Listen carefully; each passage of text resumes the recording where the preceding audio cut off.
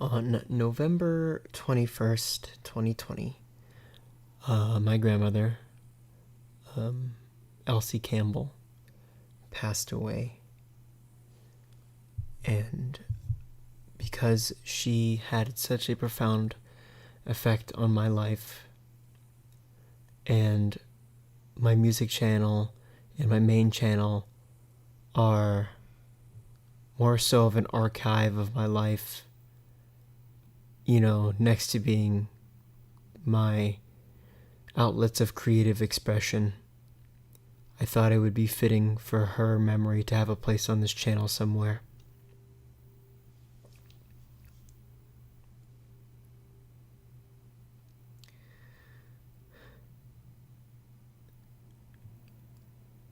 I spent a large portion of the beginning of my life with her because my parents were working and they needed somebody to babysit me. My grandmother, my nanny, that's what I called her. Nanny lived in the city, in Manhattan, and I live in Yonkers, New York. So she would get on the train, and we would pick her up at the train station and bring her to Yonkers, and she would take care of me. And she would spend days here, or I would spend days there. And I spent a lot of time with her. I hung out with her. I followed her around all day, and helped her out with anything that she needed. I believe when I was at that age, she was in her 70s. And I basically just hung out with her, and we bonded, and I spent time with my grandmother, like families do. Then I became older. I reached my teens, and I fell into these hardships that many teenagers feel, coming into themselves and finding their voice and finding comfort and finding a person to confide and listen to them. And at the time, I was having a difficult time finding anybody that I could talk to about my more pressing personal matters, especially the serious ones that I was afraid to tell my closer family, like my parents and my sisters. Especially in regards to the rocky relationships that I have with my father, or had with my father. And being that was his mom, and she knows him, and she has good context about the situation. And she taught me a really valuable lesson, and it's a lesson that I hold very, very dearly. And I try to implement in my life as much as I can because I feel like it's very important. She taught me that you should have empathy for people even when you disagree with them, and people that you're mad at, that you still love. And I've always been an empathetic person, for sure. But being my father's son, I can get very angry. My father has a short temper. I don't have a short temper, but I have an explosive temper. So when I get pushed to my limit, I often explode. And I become very hurt, and I can hold a grudge. Much to my own disappointment in myself. And I would come to her and vent, and I would say all these things about my dad.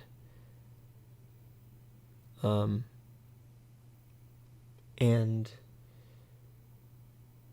she kind of got fed up with it. Not that I was really saying anything terrible about my father. I love my father very much. But I wasn't understanding that he was having a hard time with me because his father had a hard time with him.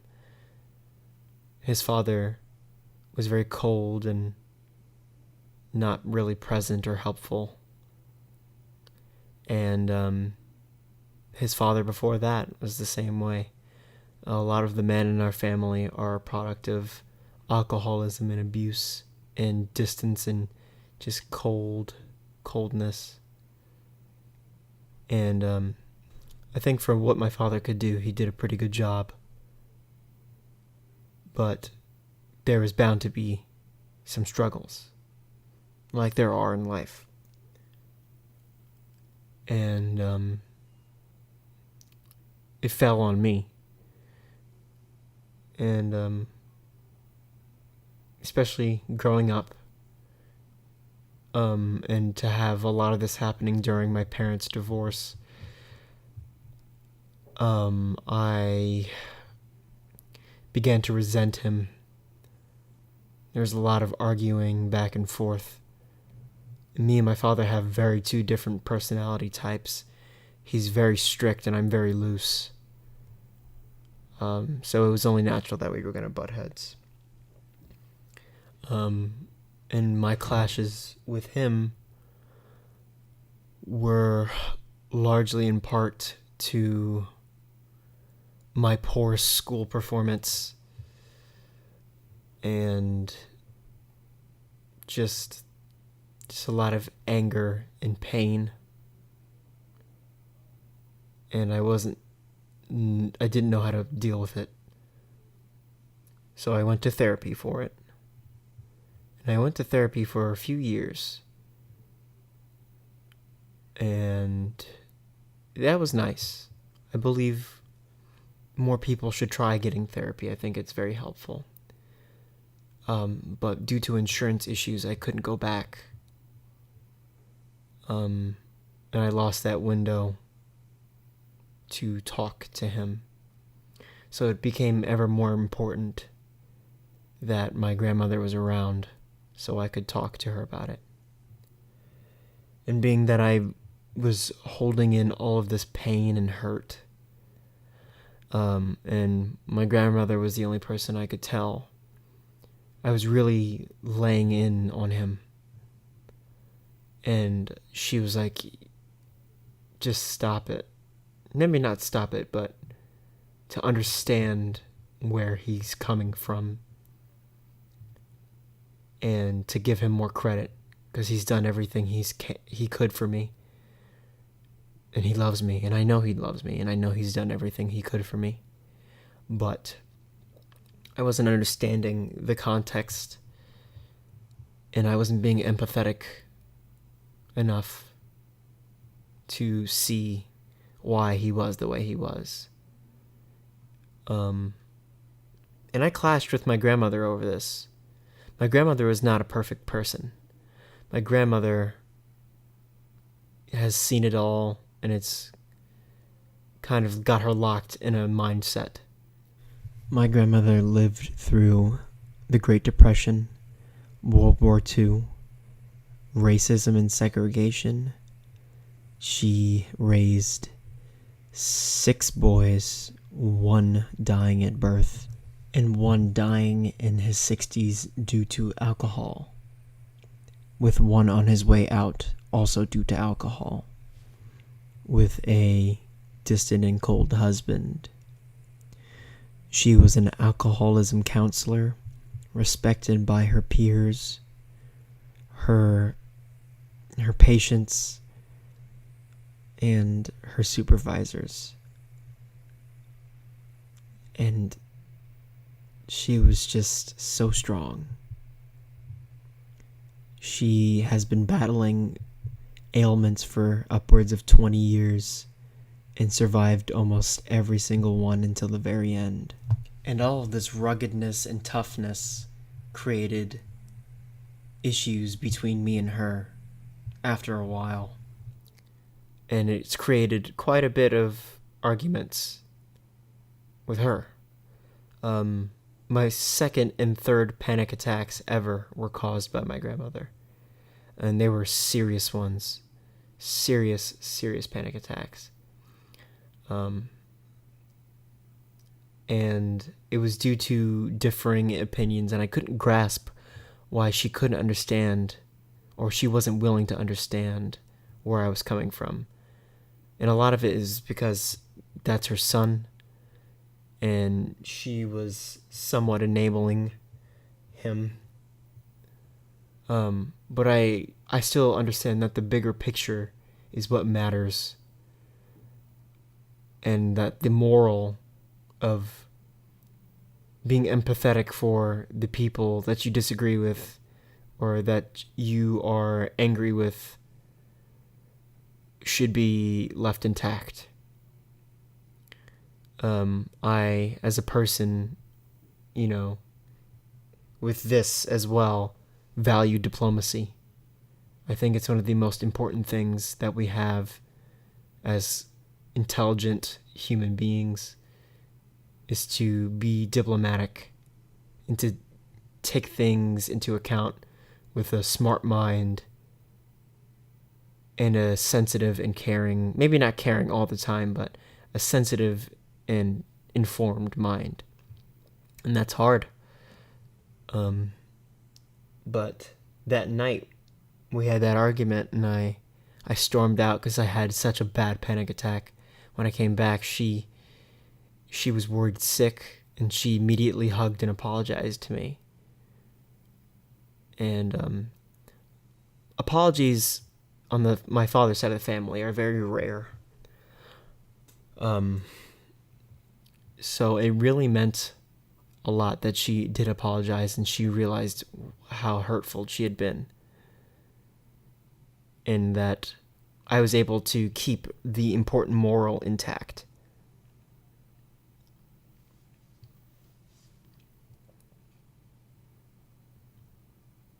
And that we were still loving and understanding of each other, even our flaws. One of the last things that she said to me was to get out of my room and to get a job, because for 2.5 years I was unemployed. I used to work at a Smoothie King, and for those who don't know what a Smoothie King is, it's like a smoothie chain, and it was a terrible job. And I could go on about how terrible that job was, but the moral of the story is I needed to get out of there badly. And for a long time, I began to regret the decision, because it left me unemployed for 2.5 years. Or a year and a half, I don't remember how long. And as a result, I was home, and I wasn't in school. I was home alone every day by myself for that long, for a majority of the day. And I had, well into my teen years, I've been struggling with my mental health. And I've been struggling for a while, but that gap of time where I was just at home by myself, and I was just so depressed. I was so unhappy. And I was in and out of a relationship here and there, which also was bearing down on me, making me feel like I was undesired, and unwanted. And it was magnified because I was alone all the time, and I didn't have many people to talk to, which is why it was even more crucial that my grandmother was there. And she knew this. She knew I was in my room all day. She knew I was depressed. So she said to me to get out of my room and get a job and just do the best I could. This was during a time where she thought she was dying, because one thing about my grandmother is that she's been saying she was going to die for the better part of 10 years. And she survived numerous health crises and came out on top every single time in some capacity. She didn't always get back to 100%, but she survived. She was incredibly strong. So I guess she got sick and she thought she was going to die. And we bum rushed down to the city to go see her, just in case this was the end. And before I got there, she called me saying to get out of my room, make something of myself, get a job, earn some money, be the best Omar I could be. And I did. I got a job at Starbucks, $14, $15 an hour, great benefits. And she was very happy to hear that. And I did exactly what she asked me to. And then it just so happened that she survived that too, because I thought that may have been my last time with her, but it wasn't. And then sometime while speaking with my ex-girlfriend, we were just talking about her, and I was just like, I haven't spoke to my grandmother in a while. Let me call her. And this would be the last time I ever spoke to her. And she felt that people were giving up on her and leaving her behind because of her issues and her degrading health. And she felt she was lonely. And, not everybody can always drop by or wanted to drop by because she could be problematic. And I called her. And she was so happy. She was so happy that I called her. She said it made her day. She was like, I'm still feeling sick and I still feel I'm in a lot of pain, but she said that it made her day. And that was the last time I spoke to her. Oh, that was the last time she was conscious. Well, that was the last time I got to speak to her while she was conscious. So I can know that I fulfilled her literal dying wish. And that we left on good terms. When it very easily could have been the other way around.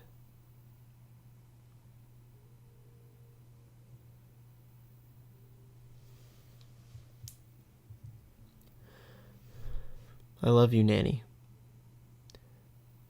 I miss you so much.